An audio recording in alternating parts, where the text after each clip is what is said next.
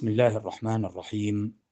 الحمد لله رب العالمين، وأفضل الصلاة وأتم التسليم على سيدنا ونبينا وقرة أعيننا محمد وعلى آله وصحبه أجمعين. أيها الأحبة في الله، السلام عليكم ورحمة الله تعالى وبركاته، وأهلا ومرحبا بكم في لقائنا الرمضاني اليومي مع شرح كتاب الأربعين النووية. أسأل الله تعالى أن يبارك لنا في أيام رمضان ولياليه، وأن يعيننا على الصيام والقيام إيمانا واحتسابا، وأن يكتبنا جميعا وآباءنا وأمهاتنا من عتقائه من النار، إنه ولي ذلك والقادر عليه. وبعد أحبتي، فلا زلنا في رحاب هذه الأحاديث الشريفة التي أوردها الإمام النووي في هذا الكتاب، وقد وصلنا إلى الحديث 20، حيث يقول رحمه الله تعالى: عن أبي مسعود عقبة بن عمرو الأنصاري البدري رضي الله عنه قال: قال رسول الله صلى الله عليه وسلم: إن مما أدرك الناس من كلام النبوة الأولى إذا لم تستح فاصنع ما شئت. رواه البخاري.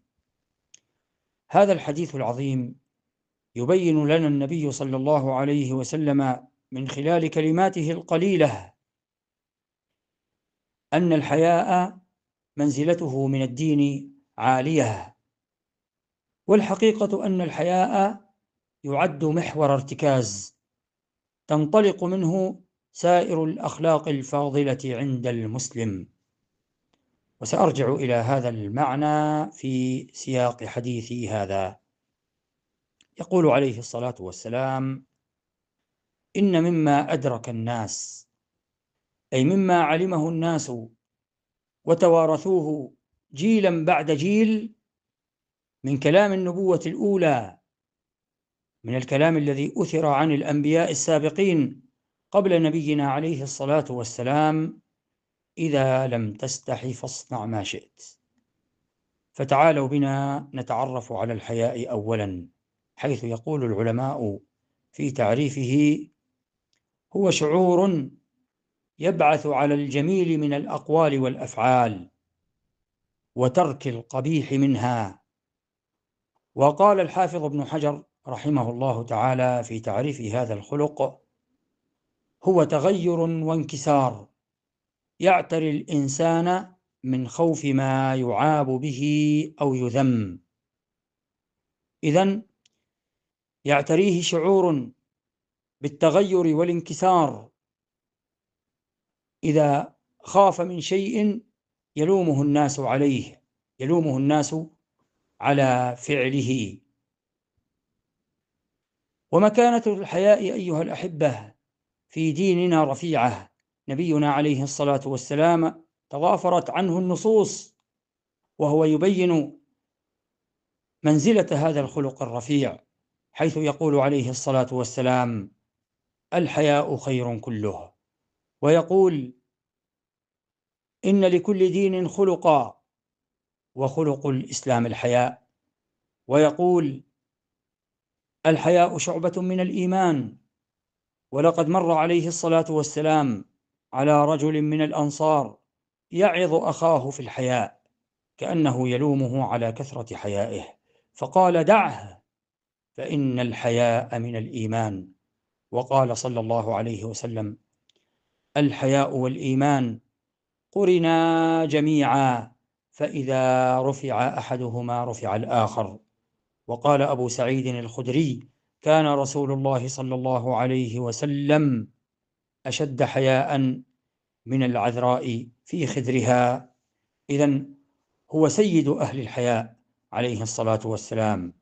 يقول وينسب الكلام للأنبياء السابقين: إن مما أدرك الناس من كلام النبوة الأولى إذا لم تستحي فاصنع ما شئت. لهذه الجملة معنيان: الأول محمود والآخر مذموم، كما قال أهل العلم. فالمعنى الأول: إذا لم تستحي، إذا لم يكن في الشيء الذي تفعله حياء إن لم يكن مما يستحيا منه فافعله ولا تبالي، لا حرج عليك بفعله.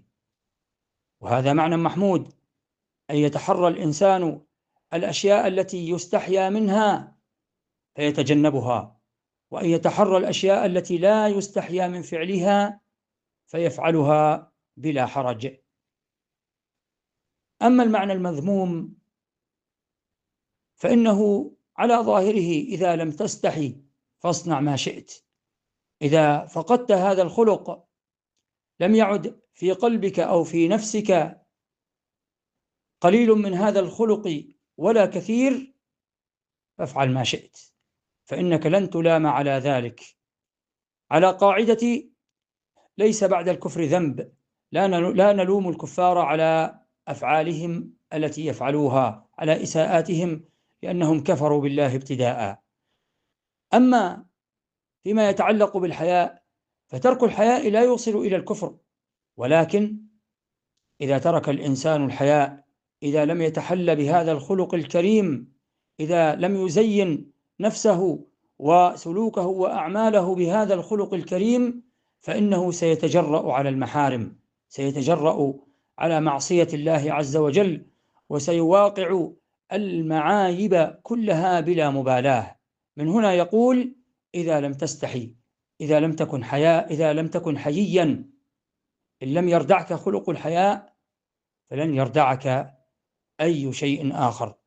والحياء يكون من الله بترك المعاصي والذنوب قليلها وكثيرها، ويكون من الناس بترك ما يعاب عليه الإنسان بين الناس، منه ما هو جبلي، فطرة وطبيعة وركيزة في الإنسان، تولد معه وتنشأ معه ما لم تنتكس فطرته، ومنه ما هو مكتسب يكتسبه من خلال إيمانه بالله عز وجل، ومن خلال ما يسمع من المواعظ من كلام الله ومن كلام رسوله صلى الله عليه وسلم.